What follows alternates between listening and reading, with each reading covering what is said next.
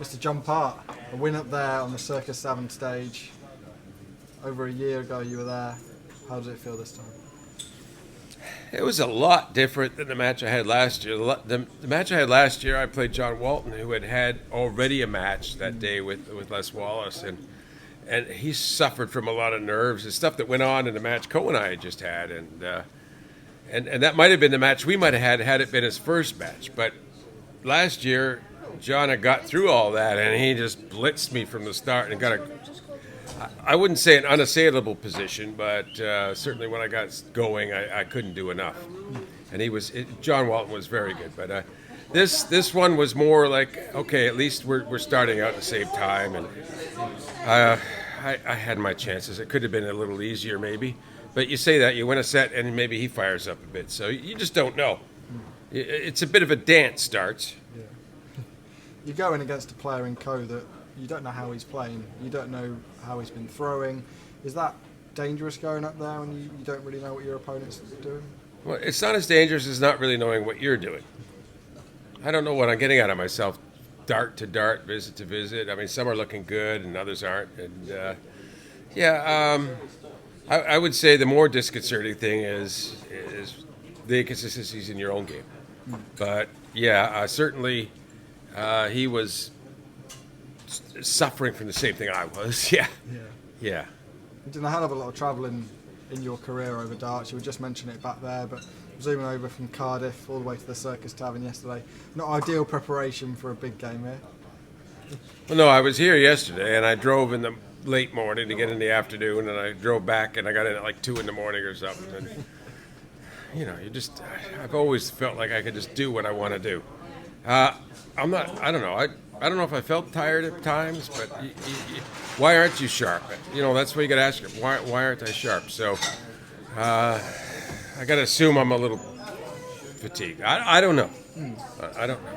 Do you still have the buzz for these big occasions because there's a full crowd out there? Oh, yeah. I wanted to play so well. I really wanted to play really, really well, and maybe you pressure yourself a bit too, which doesn't help sometimes. And I've got another chance tomorrow night, and I've got some time to recover still and have my approach and be ready to play. So, I'm very fortunate for that. And, I had a bit of luck this year where I didn't last year maybe, and I'm going to try and make the most of it. Cheers, John. Thanks, mate. Thank you. John, the 1-2-6 on the bull, how much of a sweet moment was that in the game there? Yeah, that was a real floppy bull, wasn't it? But it got in and it stayed in, and that was the main thing. I don't know how key it was. I forget what he was on. I know he was on a finish, but it's always nice just to get the crowd a little something back. I mean, they were enduring a lot of poor darts there, so I was just happy to do something positive like that. It was more about the audience here at the tavern than it was about me, and it was about winning a leg was cool. I like that, but I don't think that it made Co intimidated or something. Oh, we hit that. No, because he was doing sort of stuff the same in the same manner. He was having good shots. So, in terms of our actual match, I don't think it meant much. But just in terms of trying to get something positive out to the tavern, it was good. I thought. Yeah, Darryl Fitton tomorrow. Expecting another close run battle then. Yeah, I watched his first game and I saw. Maybe I shouldn't have. I picked up a lot of bad habits, Darryl. I'm blaming you. Yeah. I'm going to try and take it out on you. Yeah. It's been 20 years this year since your epic win over Phil Taylor here. Do the memories come flooding back every time you come back to the Circus Tavern? When Phil came into the practice room, it certainly was sort of like, yeah, that's cool. I was thinking about going over and get him to sign something and say, look, I could be a fanboy now, but I didn't. I don't know if I ever will. I love Phil. And, we have a special relationship, obviously, but, there's certain things you do and you don't do.